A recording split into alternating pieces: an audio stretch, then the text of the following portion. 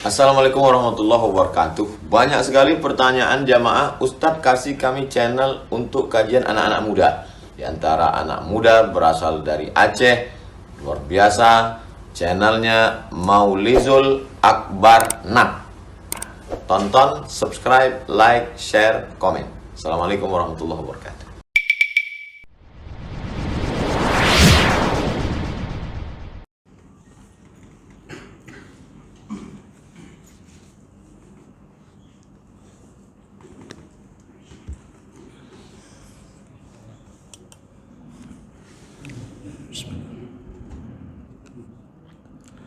Assalamualaikum warahmatullahi wabarakatuh.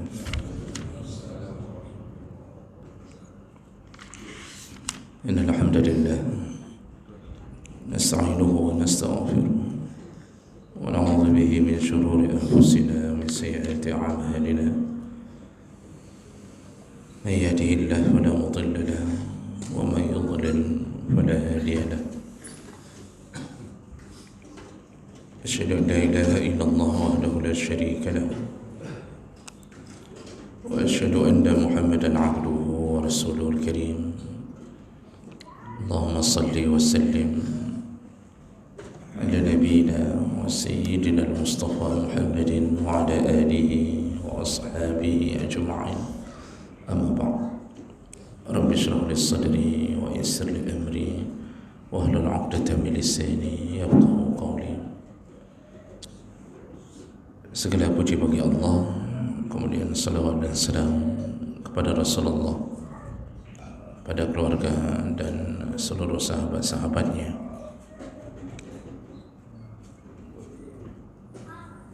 Bapak Ibu jamaah salat subuh yang Allah muliakan insyaallah,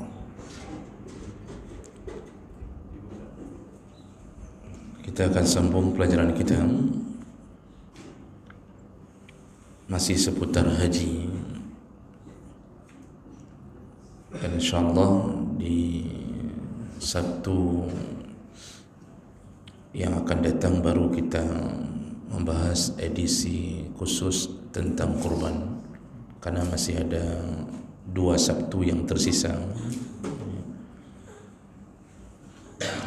Di pertemuan kita yang terakhir, kita sudah membahas syarat-syarat wajib haji, yaitu Islam, baligh, berakal, aman di jalan, kemudian ada kenderaan, dan mampu. Mampu ini ada harta untuk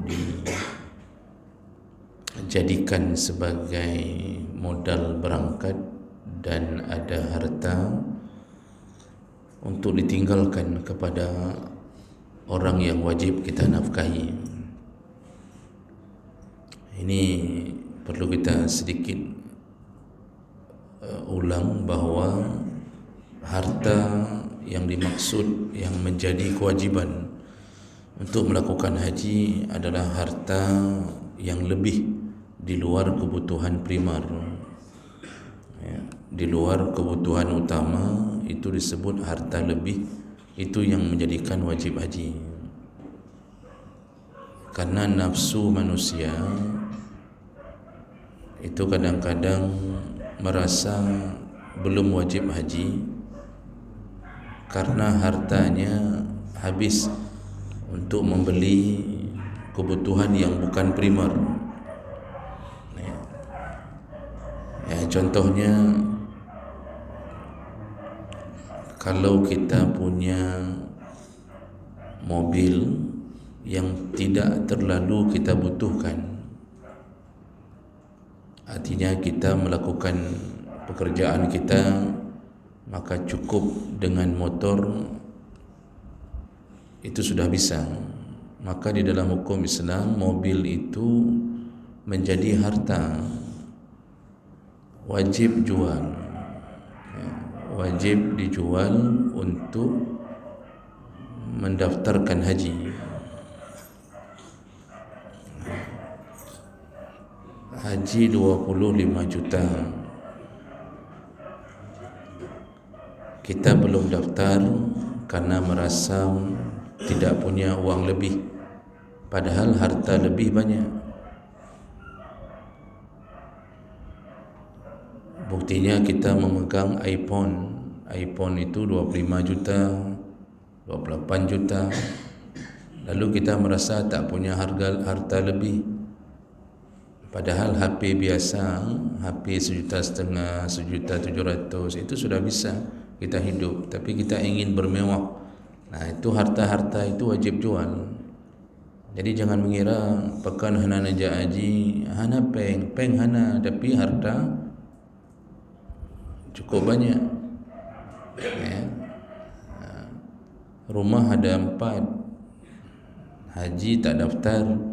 Waktu ditanya tidak ada uang, padahal rumah yang dia butuhkan cuma 2 rumah mungkin, itu pun kalau punya 2 istri. Ya. Maka rumah yang selebih itu wajib jual. Ini tak mau jual, lalu merasa tak ada uang.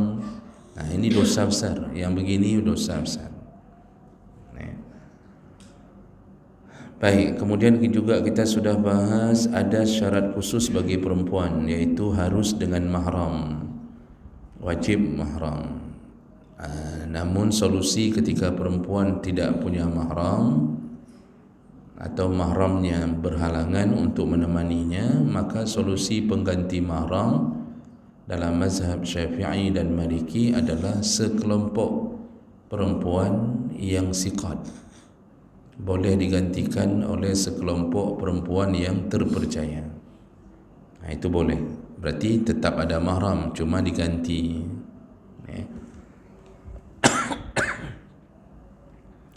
Kemudian syarat kedua, perempuan tersebut baru boleh berhaji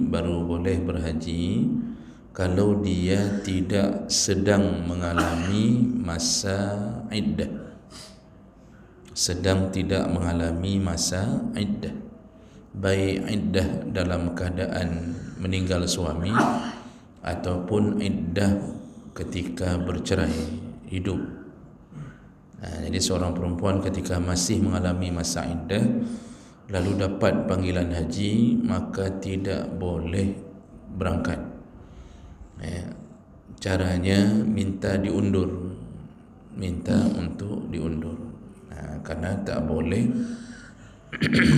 seorang perempuan keluar dari rumah melakukan safar jauh ketika masih di dalam masa iddah. Baik, kita lanjutkan. Berikutnya, an-niyabah fil haji. Apa hukumnya melakukan badal haji atau mewakilkan orang lain untuk berhaji? Selama ini mungkin Bapak Ibu mendengarkan badal haji itu sebenarnya boleh atau tidak? Bapak Ibu yang Allah muliakan, perlu difahami di awal. Jadi ini pengarang kitab Syekh Wahbah Zuhaili memberi pemahaman di awal bahwa ibadah itu ada 3 model. Ada ibadah yang sifatnya hanya bersangkut paut dengan harta. Jadi ada ibadah harta seperti zakat ataupun pembayaran kafarah, kemudian kurban. Itu ibadah harta. Nah, semua ibadah harta sepakat para ulama bahawa boleh diwakilahkan. Semua ibadah yang berupa harta maka boleh diwakilahkan. Makanya kita waktu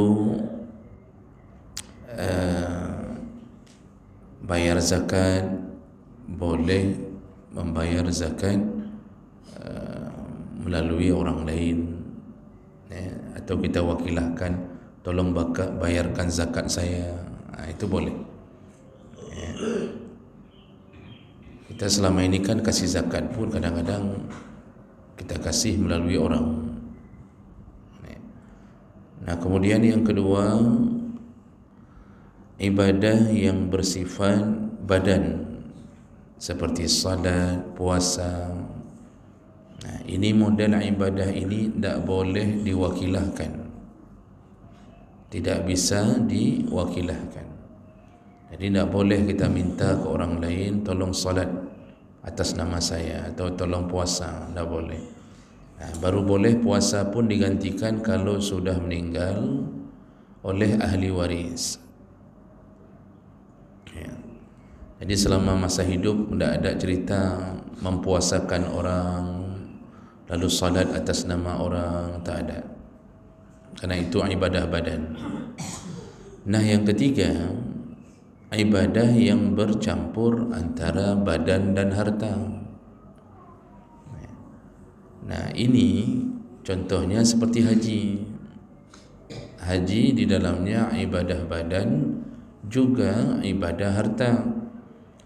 Kalau model seperti haji, maka menurut jumhur ulama dibolehkan untuk diwakilahkan kalau keadaannya darurat, dan tidak boleh diwakilahkan kalau tidak darurat. Nah, itu kesimpulannya.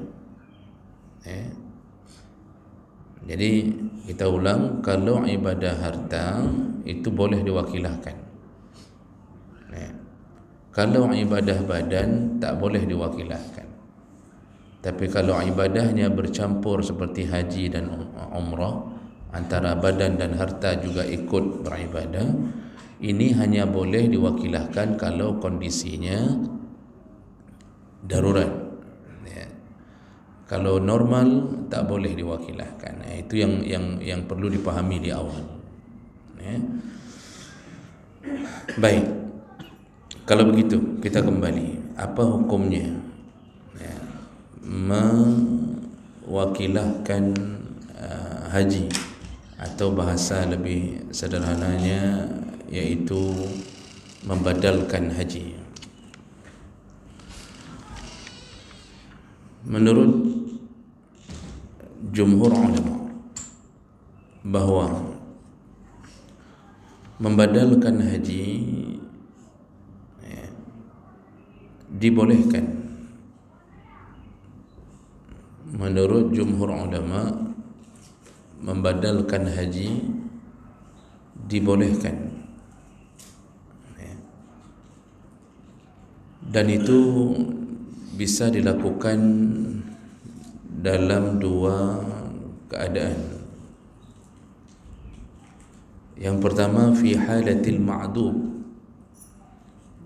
yaitu dalam keadaan orang tersebut masih hidup tetapi tidak mampu melakukannya. Ma'dub itu bisa jadi cacat atau sakit yang sudah tak mungkin berangkat. Artinya sakitnya dah diyakini sepertinya tidak bisa sembuh, seperti stroke, atau likibrin, atau karena terlalu tua, jadi sudah lemah. Ini namanya halatal ma'dub.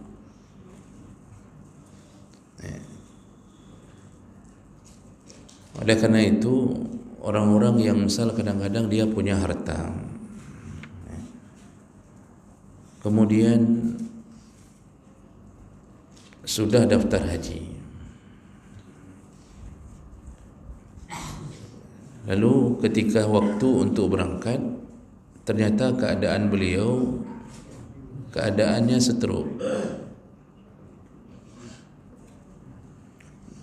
tapi masih hidup, atau orang cacat tak bisa berangkat tapi punya harta, atau terlalu tua, sudah lemah. Nah, ini yang model-model begini, hajinya tetap wajib dan bisa diwakilahkan, yaitu bisa dibadalkan oleh orang lain.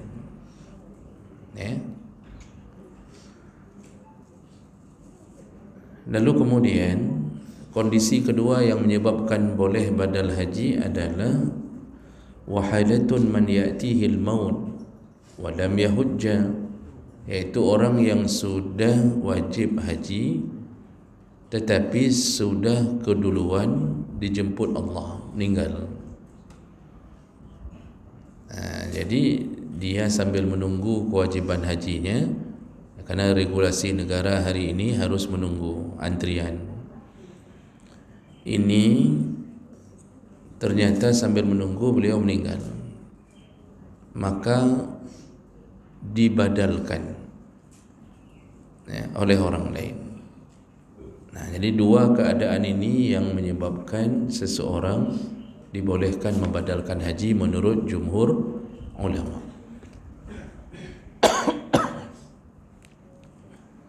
Nah, ada satu mazhab yang tidak membolehkan badal haji di masa hidup, hanya boleh badal di waktu sudah meninggal, yaitu mazhab Malik.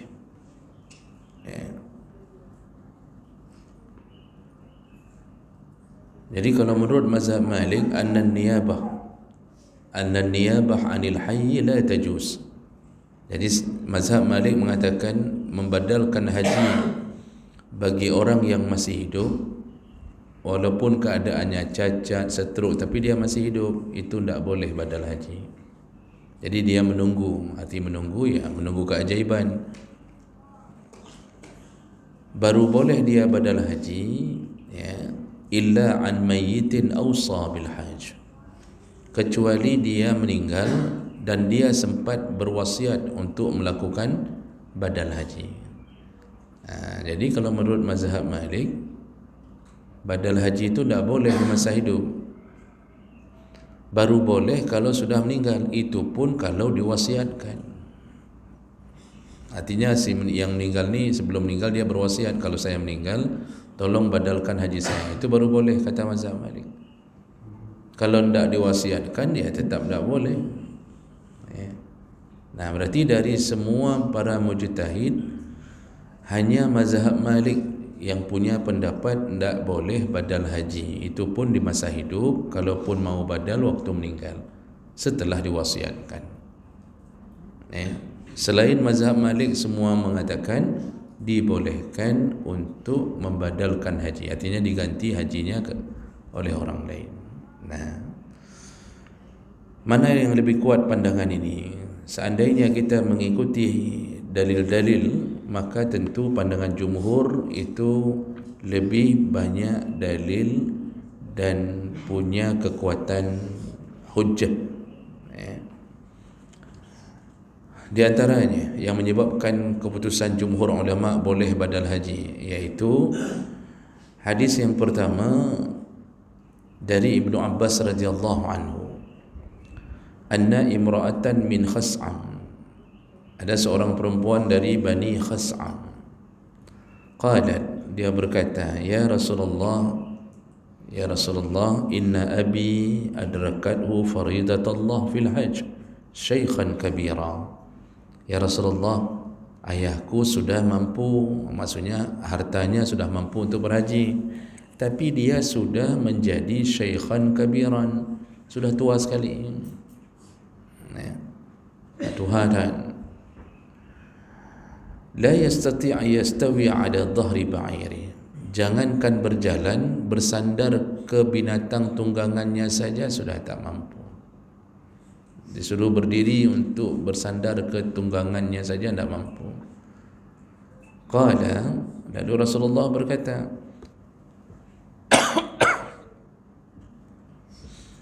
fahujji anhu, hajikanlah dia. Jadi kata Rasulullah, oh kalau sudah begitu ya sudah, hajikanlah dia. Ini hadis riwayat Ahmad dan banyak perawi hadis yang lain. Kemudian dalil yang kedua juga dari Ibnu Abbas radhiyallahu anhu, anna imra'atan min Juhainah ja'at ila Nabi sallallahu alaihi wasallam, ada seorang perempuan dari Bani Juhainah mendatangi Nabi sallallahu alaihi wasallam. Faqalat, lalu perempuan itu berkata, inna ummi matat, Ya Rasulullah, ibuku mohon maaf, inna ummi nazarat an tahujja falam tahujja hatta matat. Ya Rasulullah, ibuku pernah bernazar untuk berhaji, tetapi beliau belum sempat melakukan nazarnya, beliau meninggal. Ya, berarti tidak sempat melakukan haji. Nah, pertanyaan perempuan ni, afa hujja anha, apakah aku boleh menghajikannya? Kata Rasulullah, qala na'am, ya, fahujji anha, hajikanlah dia. Ara'aiti law kana ala ummiki dainun akunti qadaitihi. Nah, Rasulullah lalu memberi analogi, kalau ibumu punya hutang kepada orang lain, apakah kamu wajib membayar hutang tersebut? Dia menjawab tentu. Maka kata Rasulullah, uqdullah, ya, fallahu ahaqqu bil wafa, maka bayarlah hutang Allah, karena hutang Allah lebih utama untuk ditunaikan. Jadi ini dalil kedua menyebutkan ternyata Rasulullah memberi izin kepada orang yang sudah meninggal untuk dibadalkan, karena ada kewajiban haji yang harus dia lakukan.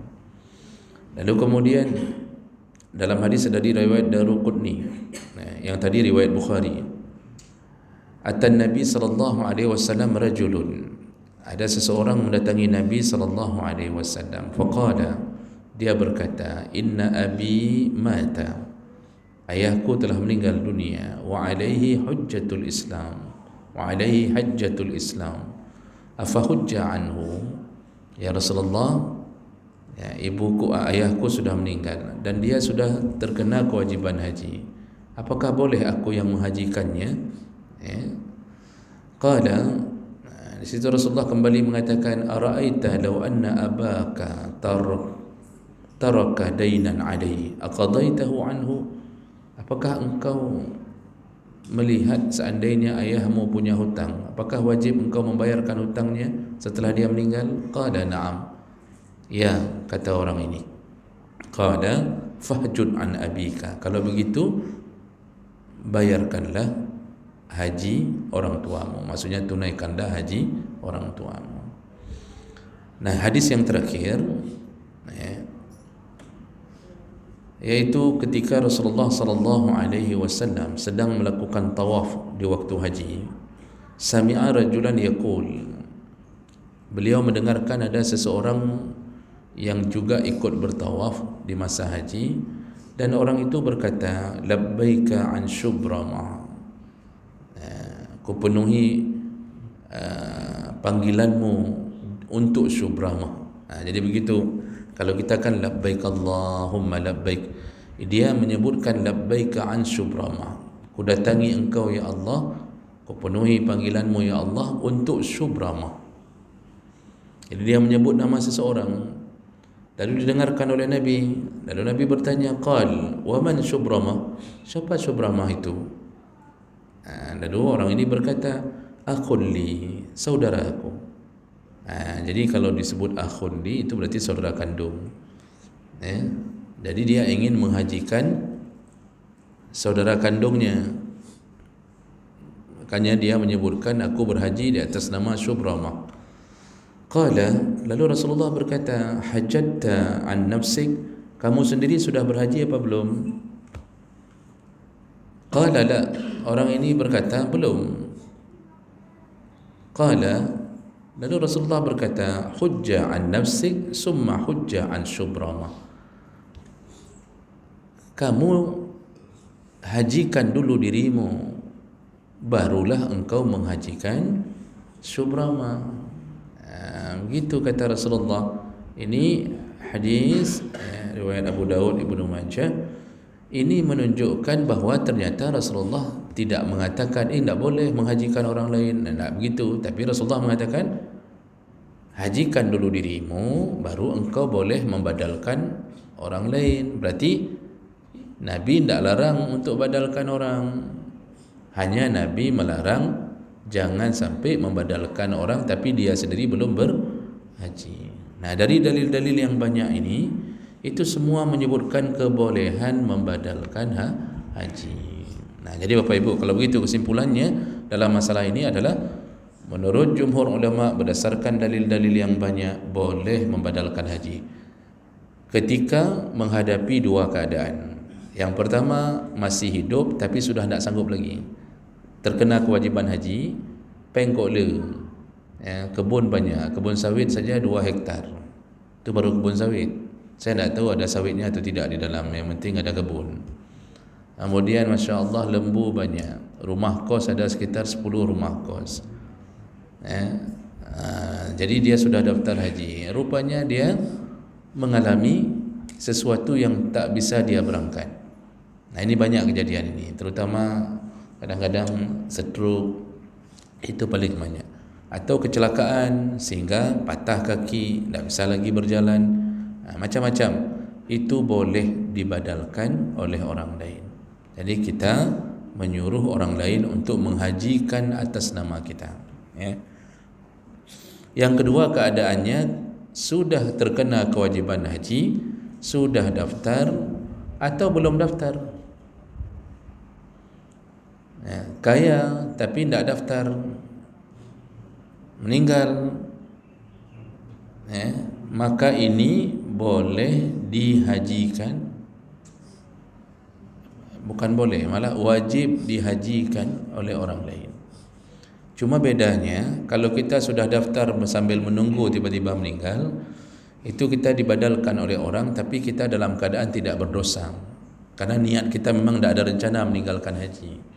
Tapi bagi yang sudah kaya, ini bagi yang sudah punya Avanza tahun 2015 ke atas di rumah, tapi tidak daftar-daftar haji, ya, meninggal, maka tetap wajib dibadalkan hajinya, diambil dari hartanya, tetapi kondisinya dalam keadaan berdosa. Jadi jangan pikir menggantikan haji orang, membadalkan haji seseorang bisa menutup dosa, itu tidak. Itu hanya menunaikan kewajiban. Yang dosa kenapa? Karena dia sudah datang kewajiban, dirinya sendiri tidak pernah berusaha untuk berhaji. Jadi kayak mana itu dosanya? Ya nanti kita serahkan sama Allah. Yaghfiru liman yasha wa yu'adzibu man yasha. Kalau Allah ingin ampunkan, Allah ampunkan. Kalau Allah ingin siksa, Allah siksa. Makanya hati-hati sekali. Begitu sudah punya harta, tidak rencana mendaftarkan hajinya, cukup bahaya Pak. Itu jam tangan saja 2 juta. Padahal tidak perlu sampai pakai jam tangan 2 juta atau 3 juta kan. Kan bisa bawa jam dinding ke mana-mana, cuma 100.000. Jadi kadang-kadang orang hudip kok mewah-mewah hudip. Sepatu kalau bukan Timberlake pulang peng. Yang luar mentang harus limang. Itu harga hampir jutaan. Gaya hidup luar biasa. Haji nak daftar, hati-hati ni. Ini hati-hati yang punya harta tapi tidak berusaha. Mati, kita sudah sebutkan di awal, mati itu resikonya besar sekali, karena ini kewajiban bagi yang mampu. Kalau tidak mampu Pak, sampai meninggal pun Allah tidak akan minta pertanggungjawaban. Kalau tidak mampu, kita punya rezeki, kita PNS, rezeki ada, misal gaji 5 juta, kalau kena tunjang sana sini sekitar 2, tambah 2 juta lagi lah, dengan tukin ya sekitar hampir 9 juta lah. Cuma anak itu nak 5, ya. Itu semua yang 2 di pesantren, kemudian yang ini, ya. Kemudian hidupkan rumah dengan belanja. Artinya tidak ada uang lebih. Betul-betul kita berusaha untuk hemat, tetap tidak cukup uang untuk daftar. Ya tidak apa-apa, tidak perlu berhutang, ya.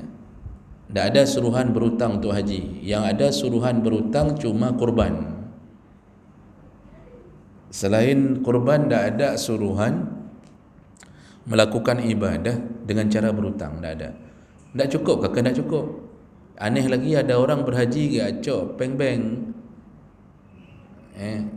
dia mau berhaji tapi dia ambil uang, dia pinjam uang di bank dengan cara riba, naik haji. Ini akarnya saja sudah akar tidak mabrur, pergi haji dengan uang haram. Jadi tidak perlu. Kalau tidak sanggup ya sudah, hari-hari kita misal ya save ke rumah, ya. cukup untuk makan, itu tak apa-apa. Tapi kalau sudah berlebihan, tak daftar juga, ini bahaya. Dan selalu merasa miskin, selalu merasa hansip peng, hanan daftar haji, golom sip. Padahal dalam ATM kok banyak awam. Ada ibu-ibu kalau ditanya dah daftar haji, tak cukup ni, tunggu suami kapan mau hajikan saya. Tak ada kewajiban suami menghajikan isteri. Isteri kalau sudah cukup emas di tangan, jual, segera daftar. Oh, suami tak mau pergi, ya sudah, ibu saja yang pergi. Karena dalam urusan wajib itu dia pribadi. Dan suami tak boleh melarang isteri untuk melaksanakan kewajibannya. Jadi isteri pun tak wajib dihajikan oleh suami. Oh, kalau suami mau menghajikan isterinya, itu adalah suami yang baik. Itu hadiah dari suaminya, hadiah kan. Dapat pahala besar suami menghajikan isterinya. Jadi oleh kerana itu, kalau suami sudah menghajikan isteri, jangan pula sampai pulang haji minta cerai. Dihajikan sama suami, wah laki cerai.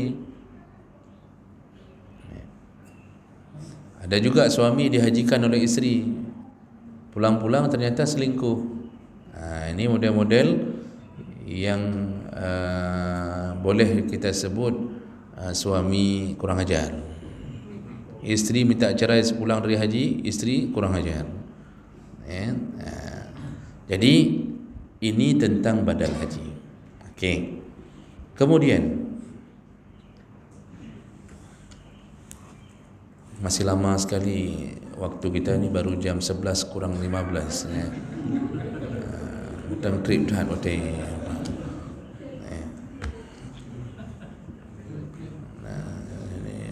Memang jam tu baru ni. Baik. Berikutnya,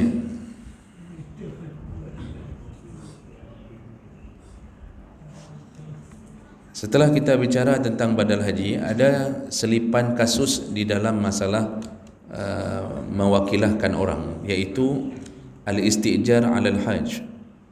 Apa hukumnya? Tadi sudah badal haji kita sudah faham Pak. Berarti jumhur ulama boleh, hanya mazhab Malik yang mengatakan tak boleh. Tapi dalil jumhur lebih kuat dan lebih banyak. Nah, kemudian ada selipan kasus di dalamnya, masih sama-sama mewakilahkan orang, iaitu al-istijar 'alal hajj. Apa hukumnya menyewa orang untuk melakukan bahagian ibadah haji kita? Jadi ini ceritanya bukan badal, tapi kita sehat, cuma kita sewa orang. Artinya kita sudah di dalam ritual haji, sudah sampai ke sana, cuma tidak mampu untuk tawaf. Katuk gedih, sudah sakit di tenda. Bolehkah kita menyewa orang untuk mentawafkan kita atau melempar jamarat atas nama kita, atau macam-macam lah, melakukan sa'i, atau membawa kita untuk melakukan wukuf dan segala macam. Nah, bolehkah menyewa orang dalam urusan melakukan ibadah haji ini? Nah, kalau tadi badal haji dari awal sampai akhir dibadalkan, ini menurut mazhab Hanafi tak boleh. Menurut mazhab Hanafi tak boleh, karena semua urusan ibadah itu tak boleh disewa orang, dan tak boleh orang yang melakukan ibadah meminta upah di atas kebaikan yang dia lakukan. Jadi kalau menurut Hanafi, kalau orang mau bantu kita melempar jamarat boleh, yang tak boleh terjadinya akad sewa menyewa. Jadi kalau dia mau bantu boleh, tapi kalau kita sewa lalu dia menerima upah, itu tak boleh menurut mazhab Hanafi. Sama dengan azan, mengajar Quran, mengajar fikih, itu tak boleh kata mazhab Hanafi. Jadi misal kita suruh azan, lalu muazzin itu kita bayar, menurut mazhab Hanafi tak boleh, karena azan itu ibadah yang bentuknya kebaikan, ibadah dalam agama, itu tak boleh dilakukan akad sewa menyewa. begitu juga mengajar, ya. Jadi ini perkara yang dilarang, ya, dalam mazhab Hanafi. Ya, alasannya ya kerana tadi bahawa itu bukan perkara yang layak untuk dibayar. Tapi menurut jumhur ulama selain Hanafi dibolehkan. Ya, menurut jumhur ulama selain Hanafi dibolehkan. Jadi Maliki, Syafi'i, Hambali membolehkan untuk menyewa orang untuk melakukan kebaikan, termasuklah ibadah di dalam haji, ya. Mana dalilnya? Nah, Rasulullah sallallahu alaihi wasallam pernah mengatakan, inna ahaqqa ma akhastum alaihi ajran kitabullah. Amalan yang paling layak engkau mengambil upah darinya adalah mengajarkan Quran. Nah, jadi Nabi pernah mengatakan ini, dan ini riwayat Bukhari dari Ibnu Abbas. Amalan yang paling berhak engkau mengambil upah darinya adalah mengajarkan Quran. Jadi maksud Nabi, di antara semua amal-amal, maka mengajarkan Quran, meminta orang lain mengajarkan Quran anak kita, itu paling berhak engkau mengambil upahnya. Ya, alasannya kerana itu hal yang paling penting dalam urusan dunia akhirat. Makanya kalau kita bersandar ke pandangan jumhur, tak mengapa, kita membayar guru untuk mengajarkan anak kita, kita sewa jasanya, tak mengapa. Malah itu lebih penting. Cuma dunia hari ini yang membuat tak penting. Jadi kalau belajar bahasa Inggeris sejuta nak pupu, belajar Sempoa, ya, ngajar Sempoa 1 juta bayar tak apa-apa. Begitu Quran cuma 50,000 satu bulan, nunggak sampai 6 bulan. Berat tak kurang ajar, ya.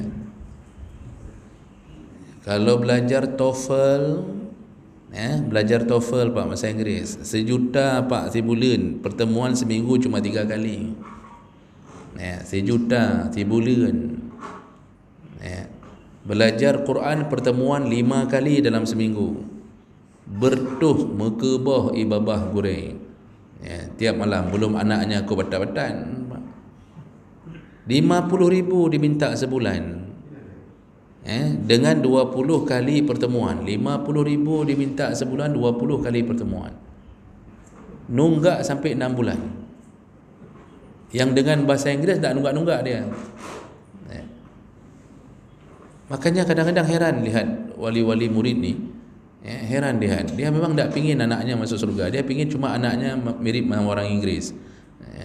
Itu yang dia pinginkan, ya.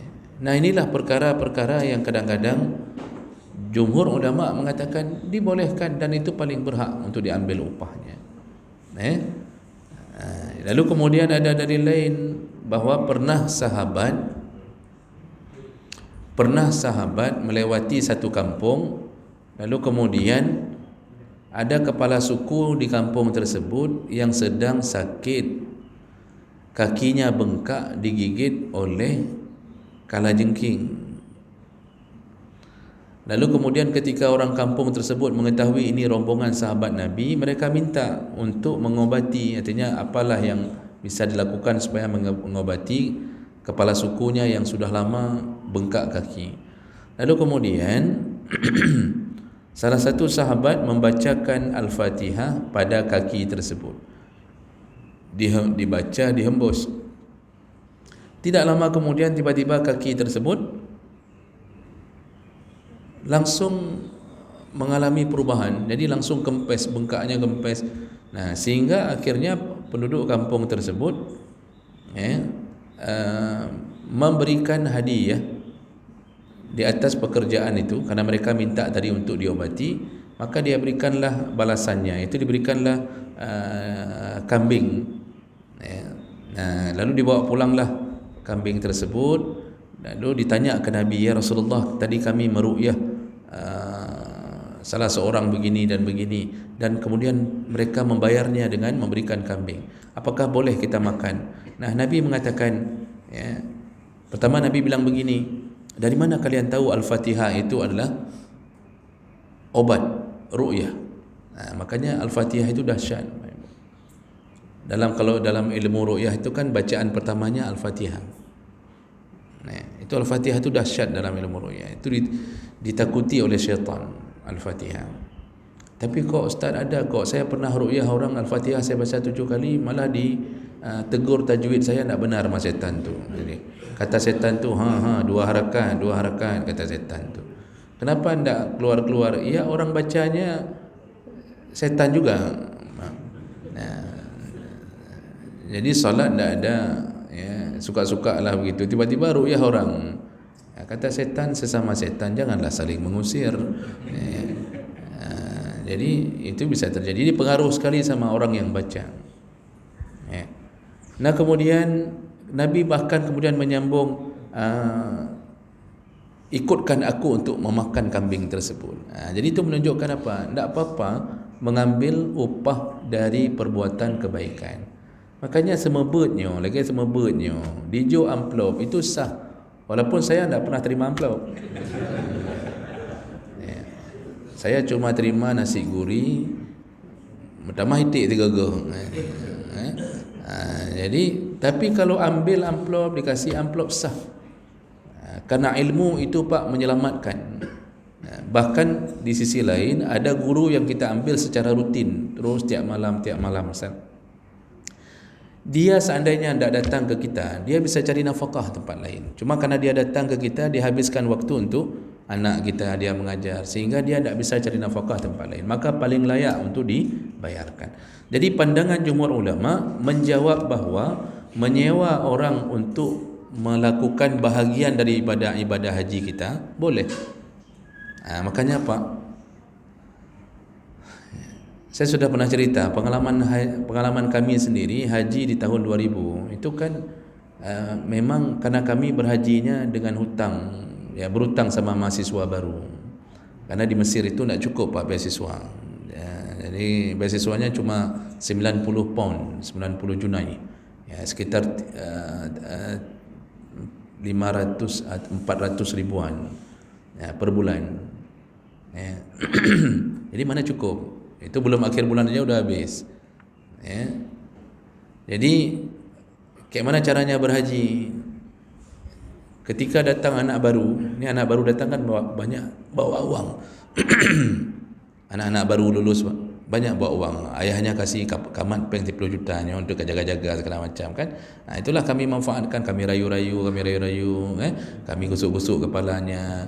Ujungnya, "Dik, Walid nak dawi boleh?" Tapi bukan itulah ceritanya, kan? Jadi kami tanya, "Ini boleh tak kita abang pinjam uang dulu sebentar untuk berhaji?" Jadi kalau sudah baik, berhasil masuk dalam rayuan, akhirnya dipinjamkan. Jadi haji dengan berhutang. Kalau tidak lakukan, tidak sampai pulang pun tidak bisa berhaji. Ini sekarang mahasiswa cukup banyak tidak bisa berhaji. Dulu kami rata-rata berhaji. Sekarang yang pulang-pulang dari Mesir itu rata-rata tidak haji. Karena sudah semakin susah, regulasinya makin susah. Dulu kapan pun mau berangkat, tahun ini berangkat daftar boleh, cuma peng masalahnya. Berangkatlah dengan hutang. Jadi sampai di sana apa lagi cerita? Tak ada lain. Kayak mana pulang harus bayar hutang. Di sanalah kami mencari kesempatan, kami mencari-cari di mana ada orang sakit di antara jemaah-jemaah kita. Jadi kami selain berhaji juga tugas kami mencari orang sakit. Jadi kami masuk ke kloter-kloter, tanya ada yang bisa dibantu, ada yang sakit, ada yang perlu ditolak grek. Tolak grek itu maksudnya ada yang sakit yang perlu kami bawa. Jadi kalau tolak grek itu kami ambil greknya, kursi rodanya kami ambil dari Masjidil Haram, kami bawa ke hotel. Dari hotel kami dudukkan orang sakit tu, kami tawafkan, sa'i. Itu sampai pulang kembali ke depan rumahnya. Itu sekali bayar itu sekitar 200 rial, 250 rial. Kalau kita tolak orang-orang Brunei, itu bisa jadi 300 rial, 400 rial. Makanya kami lebih berharap orang Brunei banyak sakitnya pada waktu itu. Maka sakitnya orang di waktu itu adalah rezeki kami. Maka jika kamu berdoa, ya Allah bela ke urun sakit, bela ke urun sakit. Jadi kayak gitu cara minta rezeki. Jadi tanya ada yang betul dibantu. Nanti ada yang menyewa untuk lempar jamarat. Jadi tidak sanggup lagi lempar jamarat. Disewa. Kami mahasiswa waktu itu kan masih muda-muda, menjina paling menyerenya naik daili pak kan. Dulu sewa itu macam ya kita yang lempar jamarat atas nama beliau boleh. Dalam pandangan jumhur ulama boleh. Satu-satunya yang tidak boleh diwakilkan iaitu wukuf di Arafah. Itu harus wajib hadir. Jadi yang sakit pun semua ambulan itu wajib semua pasien wajib bawa ke padang Arafah. Itu yang tidak bisa diwakilkan. Maka yang lain sering diwakilkan. Cuma resikonya kadang-kadang seperti ada teman kami itu membawa orang sudah tua renta, nenek-nenek.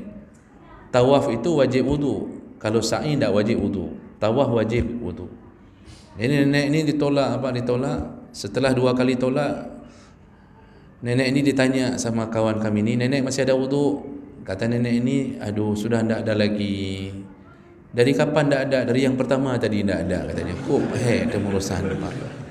Betul ni kejadiannya Pak. Itu wudukkan lagi ulang lom. Sampai teman ni mentawafkan nenek ni 14 kali Pak. Sudah 14 kali hana getamah membacut pi. Tetap 200 rial. Memang kalau nasib buruk kadang-kadang terjadi pada seorang. 14 harga Pak. Dan waktu itu tawaf pun tak boleh di bawah. Tak boleh di bawah. Di bawah itu kan area orang jalan tawaf. Tawaf itu kan di atas Pak. Di atas itu kan keliling lapangan bola tu. 2 kali lapangan bola ada keliling. Kalau di bawah bisa dekat-dekat langsung. Teman tak boleh karena di situ orang untuk berjalan saja. Jadi di atas itu mana ada Pak 2 kali lapangan bola itu dorong tu. Mampu belah ke HTBA depan. Yang seharusnya 7 kali belah ke apa itulah. Nenek ni nanti ulang lagi Pak. Waktu dah tawaf yang kelima, dia bilang lagi dari yang ketiga tadi udah hilang lagi wudu. Naik Tuhan. Kita pun harus tanggungjawab. Tak bisa, tak sah orang, tak boleh. Jadi contohnya begitu. Makanya kalau ditanya orang, bolehkah menyewa-nyewa orang untuk melakukan bahagian daripada ibadah haji kita? Jawabannya boleh berdasarkan beberapa dalil yang telah terjadi di masa Nabi sallallahu alaihi wasallam.